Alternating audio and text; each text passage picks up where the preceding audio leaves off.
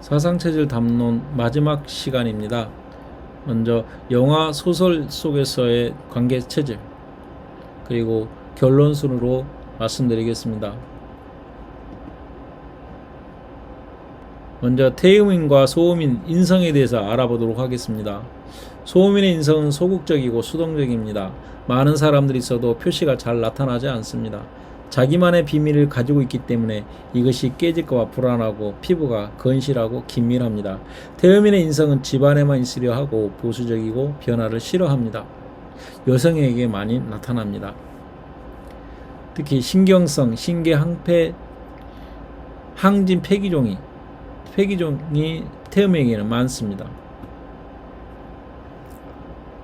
게으름과 부지런함과의 신경을 많이 쓰고 정리동돈을 잘합니다. 상대가 예절이 바른가 안 바른가도 잘 판단합니다. 사람 평가 시에 무능함과 유능함과의 신경을 많이 씁니다. 옛 학교 친구를 만나도 그 친구가 똑똑한가 공부를 잘한가에 서열을 두고 예의를 지키는 편입니다. 소음인은 손발이 떨리는 증세가 있습니다. 동화에 나오는 토끼와 거북이 이야기입니다. 분석하면 토끼는 빨리 판단합니다. 거북이는 느긋합니다. 거북이는 태음입니다. 토끼와 거북이가 달리 경주에서 성적만 본다면 토끼는 소양인이고 거북이는 꾸준히 반복해서 이기는 태음인으로 판단됩니다. 박지원입니다. 크고 뚱뚱하고 얼굴도 크고 풍채가 좋습니다. 하지만 담이 작고 겁이 많은 성격으로 그는 태음인입니다. 사상체질에서는 겁내는 마음이라고 합니다. 그의 소설의 일야 구독에 의하면 두려운 상황 묘사가 뛰어납니다. 간담이 서늘하다는 말도 잘 쓰고 있습니다.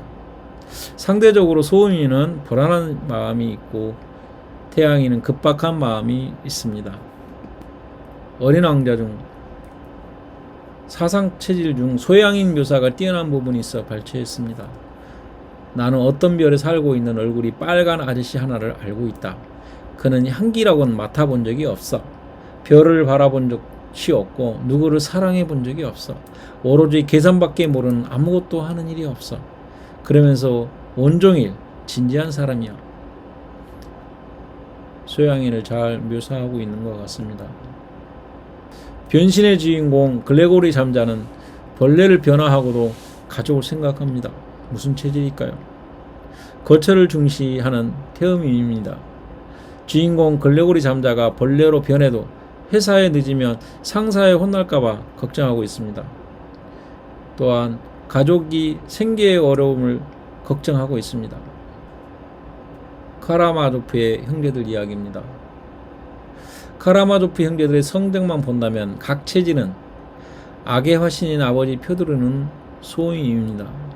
열정과 유격의 상징인 드미트리는 소양인, 이상과 합리를 내세우는 찬한 이반은 태양인, 신성함과 선함을 대표하는 막내 알료샤는 태임인이 아닌가 싶습니다. 오베라는 남자에서 주인공 오베는 무슨 체질일까요? 소음인입니다.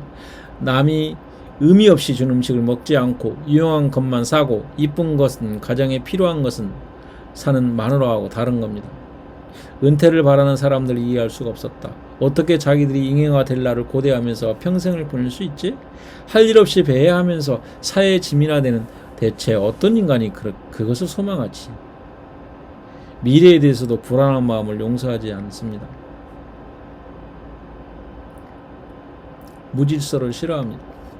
정원에 차가 들어오지 않나, 덕을 80km 속도로 가지 않나 하고 법을 어기지 못하게 동네 결철 노릇을 자청합니다. 잠깐 철학적 얘기를 하겠습니다. 동일한 체질에도 사체질로 분류하기엔 동일해 보이는 가운데도 차이가 있습니다. 동일성의 차이입니다. 영화감독 피터 그런웨이 작 요리사 도둑, 그의 아내 그리고 그의 정부에서 칸타나풍의 노래를 부르는 보이소프라노 부르는 소년이 나옵니다. 제니스 조플린의 노래를 들으면서 저건 동물의 소리야 라고 말합니다. 사람의 소리인가 동물의 소리인가 하는 이양적 대립에서 목소리를 포착하는 것입니다. 남자의 목소리, 인간의 목소리 하는 이양적 대립 속에서 동일화하고 맙니다. 사상 체질도 사항적 대립에 가두어 버립니다. 어떻게 하면 이 차이를 동일성에 가두지 않고 차이를 차이로서 포착할 수 있을까? 둘레질 차이에 철학의 질문하는 것입니다. 소리의 차이, 색의 차이를 보십시오. 모네를 볼 때마다 무상하게 달라지는 수련들의 차이를 매번 다르게 포착하고 있습니다. 단품 그 안에 모두가 빨간색으로 보이시나요? 나뭇잎만큼이나 다른 수많은 다른 색깔, 물론 빨간색을 본 적이 없나요? 사상 체질 안에도 많은 차이가 있습니다.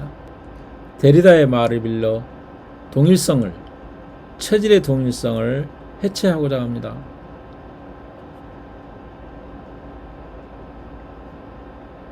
한국인은 성질이 급하다. 소양인은 그렇다. 라고 말하는 동일성에는 그 안에는 반드시 다름이 있습니다. 이것을 해체하는 것입니다. 특히 타자와의 관계에서는 동일성에서 보다는 다양성이 만나는 사람에 따라 다르게 발현되는 것입니다. 그래서 관계체질에 대한 말씀을 드리고 있는 것인 겁니다. 참을 수 없는 존재에서 토마스, 사바나, 테레사 관계에서 서로가 어떤 관계를 맺고 헤어지고 사랑하는가를 보면 관계를 무섭게 갖는 테레사, 무겁게 갖는 테레사, 가볍게 갖는 토마스, 둘 사이의 관계의 체질은 어떨까요? 토마스는 소양인 같습니다. 하지만 전쟁 관계에서 가정에서 사회적 첨예로 연유된 토마스 자신의 의지와 달리 변절자라고 하는 소문에 의사직을 버립니다. 체질이 바뀐 것일까요? 계산적이지 않게 된 것입니다. 태양인처럼 행동합니다. 본래가 아닌 가면 체질의 모습으로 바뀌는 겁니다.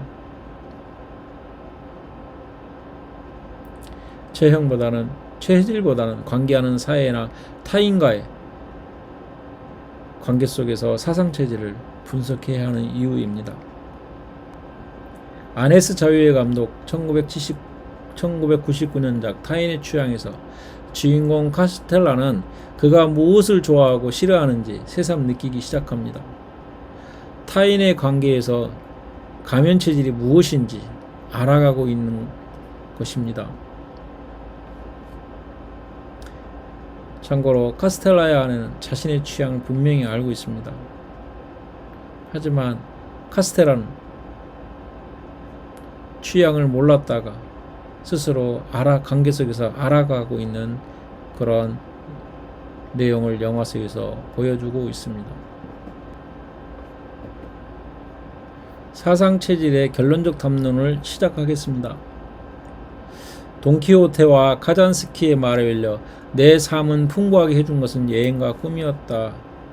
감정을 서랍 속의 틀에 맞추고 윤리적 삶을 살아 애써 호연지기를 하더라도 꿈과 희망이 없으면 인생은 한갓 허무입니다. 길가메시가 선택한 삶처럼 자유롭게 삶을 영위하고 맛있는 거 먹고 즐겁게 살아가는 것이 좋습니다. 그리고 카잔스키 그리스인 조르바 책 말미에서 그의 철학을 설명해 갑니다. 돈키호테의 말을 빌려 반항이라는 정의를 내리고 있으며 내 삶을 풍부하게 해준 것은 여행과 꿈이었다. 자유로운 삶이었다라고 말을 합니다. 언어 코드로 체질 분석을 한번 알아보겠습니다. 소양인 16사의 언어 사용을 예를 들어보면 주로 쓰는 언어는 명령형, 주어를 강조하고 문장의 구조를 정확하게 형식의 틀에 맞게 씁니다. 혀를 많이 꼬불면서 말하는 경우도 있습니다. 눈웃음을 치면서 말하는 것 등입니다. 자기 주장에 강해서 경청이 없습니다. 말한 대로 실행하고 말해놓고 책임지려고 합니다. 정리하면 논점을 가진 언어를 사용하고 그렇지 않으면 흥미가 없습니다. 직관적 언어를 사용합니다. 이미지할 수 없는 언어는 사용하지 않습니다. 소양인의 언어를 말씀드리고 있습니다.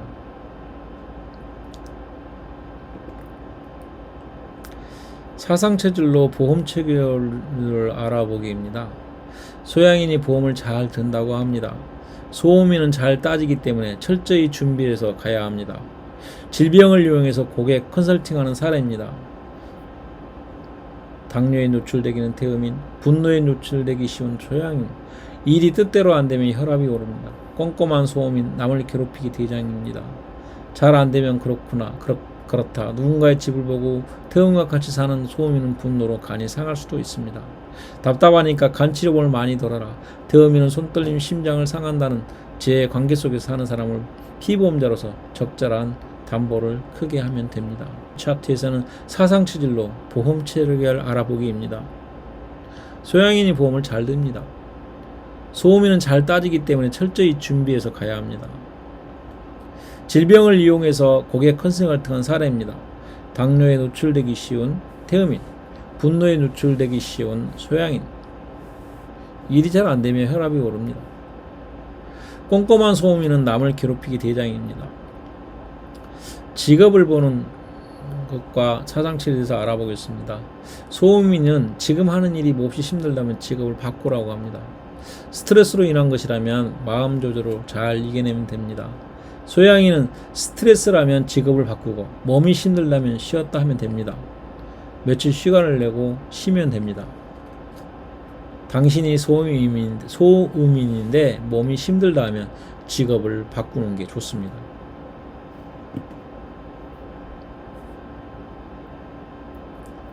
관계가 문제입니다. 그리스인 저르바에 의하면 책에 의하면 주인공 저르바는 그리스인인지 터키인지가 중요한 게 아니라 나한테 좋은 사람인가 나쁜 사람인가가 중요하다고 말합니다.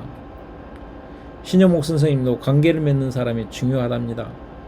맹자가 곡석장에서 제선원에게 소를 측은하게 이겨 양으로 바꾼 사실을 묻고 소에게 측은심을 느끼는 것은 소는 보았고 양은 보지 못했기 때문이라고 말합니다. 그라민 은행의 유누스 총재는 사람을 먼저 봅니다. 그 사람이 돈을 무엇을 하고 어떻게 하고 있는지를 꾸준히 지켜봅니다. 관계를 계속 갖는 거죠. 그리고 그가 반드시 성공하도록 이끌어줍니다. 원효와 이재마가 만났다고 가정해 봅시다. 마음이 변하는데 어떻게 감정으로 체질 판정이 가능할까요? 감정이 발현되는 그 지점에 있는 타자와의 관계가 내 관계사상 체질입니다.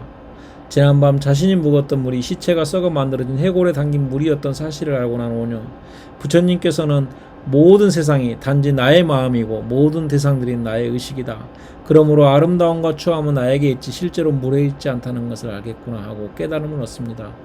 아름다운 꽃도 덧없이 바람에 날려가고 사랑하는 사람도 험하게 내 곁을 떠나갑니다. 바로 이 순간 우리는 있는 그대로의 세상, 있는 그대로의 자기 자신을 발견하게 됩니다. 마음이 변하는 것은 때에 따라 감정이 변하는데 어찌 이것으로 체질을 판별이 가능하겠습니까? 일일 희비를 제공하는 가치평가는 모두 우리의 마음이 만들어내는 것입니다. 우리의 마음이 항상 같은가?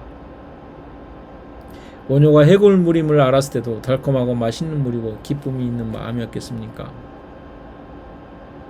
우리가 가치평가를 하고 있는 것입니다. 마음이 아니라 있는 그대로의 근본적인 경험을 직시하고 그것을 종합해서 감정을 판단해야 됩니다. 바로 이게 관계체질 판단 기준입니다.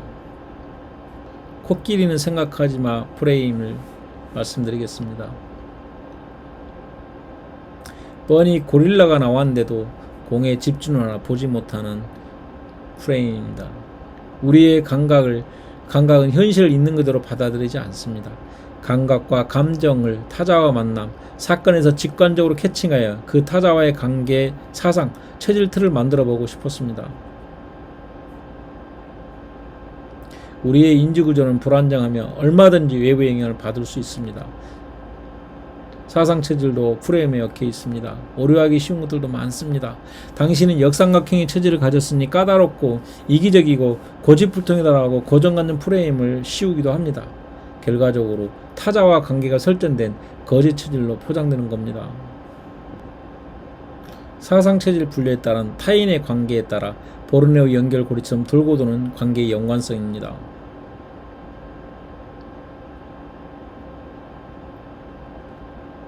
보르네오 고리입니다. 뱀은 두꺼비를 이기고 두꺼비는 지네를 이기고 지네는 뱀을 이깁니다. 강자는 없습니다. 주 구멍에도 뱉을 날이 있습니다. 산전백해입니다. 돌고 돕니다. 체질 간의 고리는 강자가 없습니다.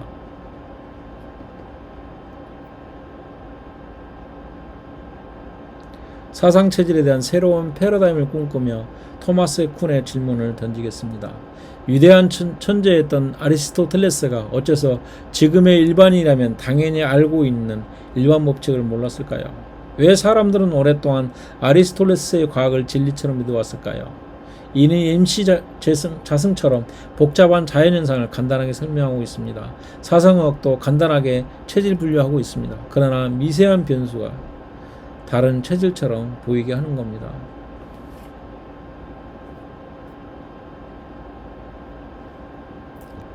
사상 체질론이 몸을 치료하고 관계를 잘해 행복하게 할 수 있다면 다른 무엇이 중요하겠습니까? 어느 신부님이 말씀했습니다. 순소가 중요하다고 합니다.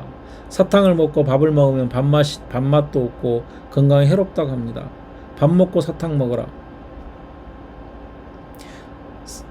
사상 체질에서 윤리와 장부의 크기를 분리해서 장부의 순서나 관계를 먼저 두어도 순서의 크기에 어긋나지 않는 듯 싶습니다. 마지막으로 스핑크스 수수께끼에 관해 논쟁을 마무리하고 싶습니다. 현대인은 가체질 인생으로 삽니다. 물론 동무의 시대도 신분, 남녀 차별 등 유교적 사회질서 속에서 당연히 본체질로 살기가 쉽지는 않았을 것입니다. 동의수세보원에 의하면 동무는 소음인, 가체질 처녀를 치료하면서 수치심을 주어 그 여인이 불같이 화내는 걸 성정을 보고 소양인 판정을 했다고 합니다. 본체질로 처방을 하여 임상 치료한 사례를 보여주고 있습니다. 하지만 본체질로 살기가 쉽지는 않습니다. 동무가 허연지기에 도달하기 위해 희노애락에서 중용을 지키면서 살기 위해 쉽지 않겠다 합니다. 몸이 아플 수도 있습니다. 외쳐라, 내절라라, 다만 관계를 깨지 마라. 코페르니쿠스 전환의 이제마와 칸트의 사상체질은 내 성격을 애곡된 마귀할 몸에 거울일 수도 있습니다. 칸트의 코페르니쿠스 전환에 보면 우리의 인식이 대상을 만듭니다. 동화 백설공주에서 마귀할 몸이 볼록 거울에게 누가 이쁘냐고 물었기 때문에 뚱뚱한 백설공주가 제일 이쁘다고 했다면 애곡이 아닌가요? 사상체질에서 장기에 따라 성정이 다르다. 다른 이유를 찾아가는 것이 진리 추구 방식입니다. 진리는 대상에서가 아니라 주관의 판단 형식에서 찾아야 합니다. 코페르니쿠스가 지구가 돈다고 말하는 것처럼 대상이 인식을 만드는 것이 아니라 인식이 대상을 만든다는 생각입니다. 내가 너에게 이름을 불러주어 그 이름처럼 살게 되었다. 진리는 대상에서가 아니라 진리의 주관의 판단에서 찾아야 합니다. 그럼 사람이 진리를 찾을 수 없는가? 선언적 종합 판단.